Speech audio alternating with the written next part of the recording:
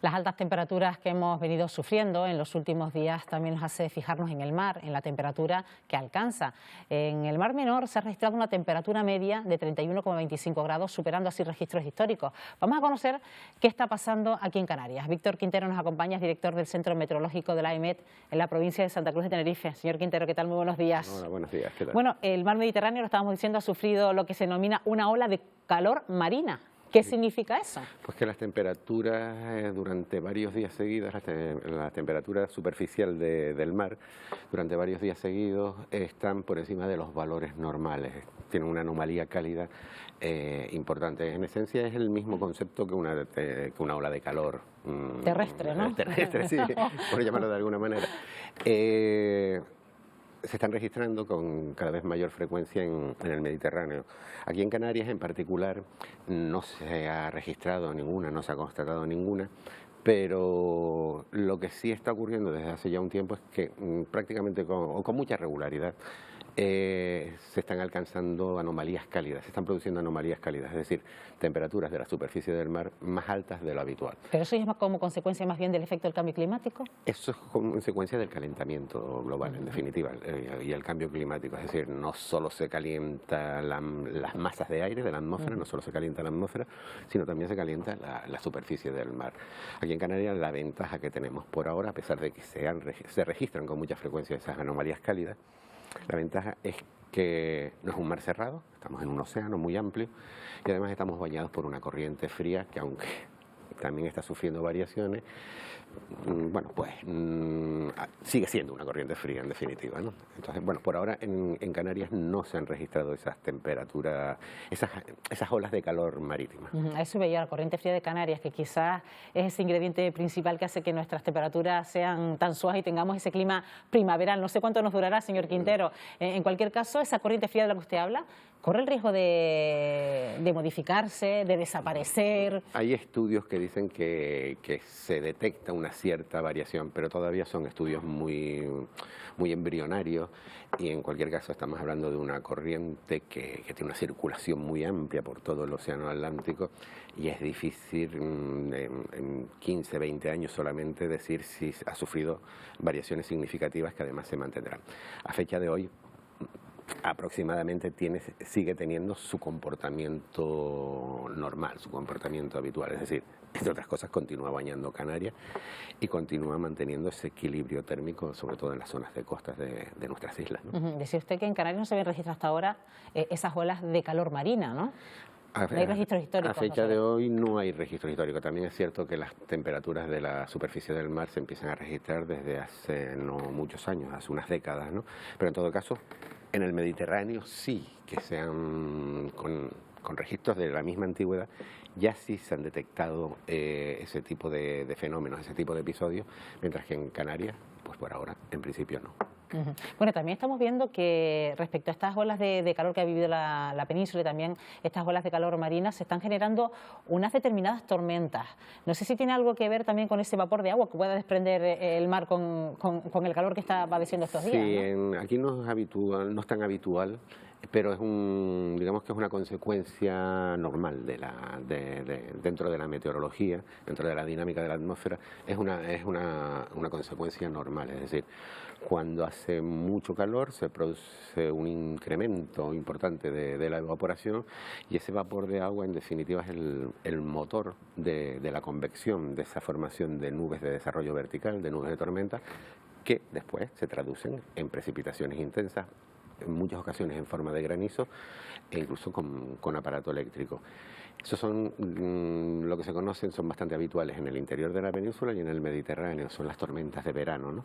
Aquí en Canarias se producen de vez en cuando, pero de nuevo tenemos un clima un poco más suavizado en todos los aspectos y no es tan habitual. Pero en todo caso sí que no es extraordinario que después de un episodio de altas temperaturas, en cuanto desciendan las temperaturas, en cuanto descienden y se produce la condensación de ese vapor de agua, de esa gran cantidad de vapor de agua que se ha mantenido en la atmósfera durante esos días, pues se produce la condensación y se produce en consecuencia precipitación, y normalmente suele ser de intensidad, suele ser en forma de tormenta. En lo que nos afecta directamente a Canarias, que han sido 2 olas de calor durante el mes de julio, se habla de que no había registros históricos de esta, quizás de esta concatenación de eventos del año 1975. ¿Esas son las cifras que se manejan, las fechas que se manejan? Sí, en realidad es desde el año 1975 hasta la actualidad. Es en el año 1975, en definitiva, cuando se empiezan a catalogar estos episodios, por motivos climatológicos, por motivos de las estaciones de referencia y demás. Desde el año 1975 hasta este mes de julio, que acaba de finalizar, se han contabilizado como olas de calor que cumplan unos requisitos muy estrictos para ser considerado el episodio como ola de calor. Se han contabilizado 42, contando estas 2 últimas, ¿no? Lo significativo del mes de julio, de este mes de julio de 2022, por llamativo que sea, es que es el primer mes de julio desde 1975 en el que se producen 2 episodios que hayan cumplido los requisitos para ser catalogados como olas de calor. Nunca antes, en un mes de julio, se habían producido 2 episodios similares, ¿no? ¿Y cuáles son los requisitos, señor Quintero, para que digamos que esto es una ola de calor? Los requisitos son puramente climatológicos, es decir, se toman una serie de estaciones de referencia. De esas estaciones de referencia, estaciones muy buenas, con series muy largas y de mucha calidad, se colocan ordenadamente todos sus datos, de menor a mayor, y se ubica en esa serie climatológica el percentil 95, es decir, aquel valor de la serie climatológica por encima del cual están el 5% de los valores más altos. En este caso de temperaturas, pues las temperaturas más altas. Eso se hace con todas las estaciones. Bueno, pues un requisito es que durante al menos 3 días, en un 10% de esas estaciones de referencia, se produzca, las temperaturas que se estén registrando estén en esos valores más altos. En definitiva, es que esté haciendo mucho calor, o sea, temperaturas muy altas, de forma generalizada en muchos sitios, con una amplitud geográfica, y durante muchos días, al menos 3. Son requisitos bastante restrictivos, por tanto hay muchos episodios de altas temperaturas que no se catalogan como olas de calor porque no se cumple alguno de los 3 requisitos. Precisamente porque son tan restrictivos, es por lo que es llamativo, por lo que resulta muy llamativo que sea en un mismo mes, por primera vez en un mes de julio, que no es aquel en el que más olas de calor se producen en Canarias, se hayan producido 2 durante este mes de julio pasado. ¿Y cada verano iremos a peor por las cifras que están manejando, por los datos que están manejando, señor Quintero? ¿Las olas de calor ya no solo se van a ceñir al verano? En principio, por ahora sí se están ciñendo al verano. De hecho, se considera, a efectos del estudio de las olas de calor, de la catalogación de un episodio como ola de calor, se consideran los meses de junio, julio, agosto y septiembre. A fecha de hoy, solo ha habido desde el año 1975, solo ha habido un episodio catalogado como ola de calor en junio, en 2012, que fue un año curioso porque tuvo un episodio de ola de calor en cada uno de los meses. Fue uno de los 2 años que más olas de calor hubieron, y la paradoja, la curiosidad, la anécdota es que fue uno en cada mes del año, y solo ha sido el mes de junio este año. ¿Se van a seguir produciendo? Sí y no, es decir, que hayan olas de calor ya desde el año 76 en Canarias indica que no es un fenómeno nuevo, ¿vale?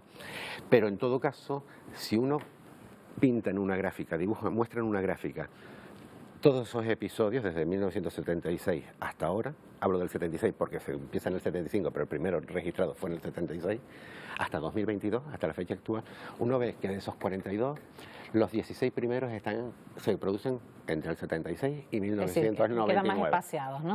En 22, 23 años se producen 16 casos, 16 episodios. Y desde 2000 hasta 2022, en aproximadamente también unos 22, es donde se 23 concentra años, la mayoría, ¿no? Se producen 26.